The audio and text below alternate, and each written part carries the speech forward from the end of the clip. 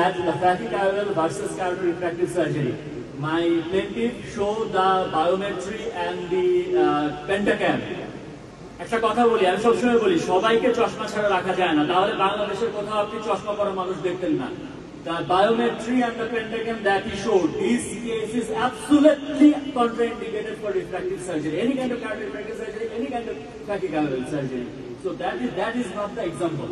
The example is the given degree of myopia and the patient's corneal thickness. -9 after একটা patient আসলো যার হচ্ছে হলো এসি ডেপ ঠিক আছে, যাকে আমরা কোনোভাবেই হচ্ছে হলো carotid refractive surgery সুইচেবল না, সেক্ষেত্রে fatty alcohol is one of the option. Number 1। Number 2 হচ্ছে হলো একটা সময় আইসিএল ছিল যখন -18 বেশি আমরা কারেক্ট করতে পারতাম না। রাইট নাও আইপিসিএল ইজ অ্যাভেলেবল, আমরা -30 পর্যন্ত কারেক্ট করতে পারি।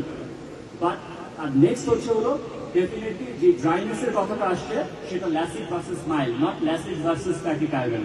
কারণ ফ্যাটি কায়োলে আমাদের কর্নিয়ার সেন্টার বা মিড পেরিফেরিতে কোনো ধরনের কাজ হয় না, যেটার জন্য হচ্ছে কর্নিয়ার স্ট্রাকচার লস যাবে। যেটাতে ল্যাসিটা হয় ফ্ল্যাপ করার জন্য হচ্ছে হলো কর্নিয়াল স্ট্রাকচার লস হয়, কিন্তু স্মাইলের লস হয় না। ডেফিনেটলি আজকের বিতর্ক অনুসারে আজকের জুরি বোর্ডের কাছে আমার আবেদন, আজকে আপনারা যে সিনারিও দিয়েছেন, যে কেস দিয়েছেন, যে ভিকটিমকে দিয়েছেন, definitely fatty carotid is one of the best option. This is number one. একটা ভিকটিম হয়ে যাবে স্যার, আসলে এটা ভিকটিম না স্যার, এটা আমাদের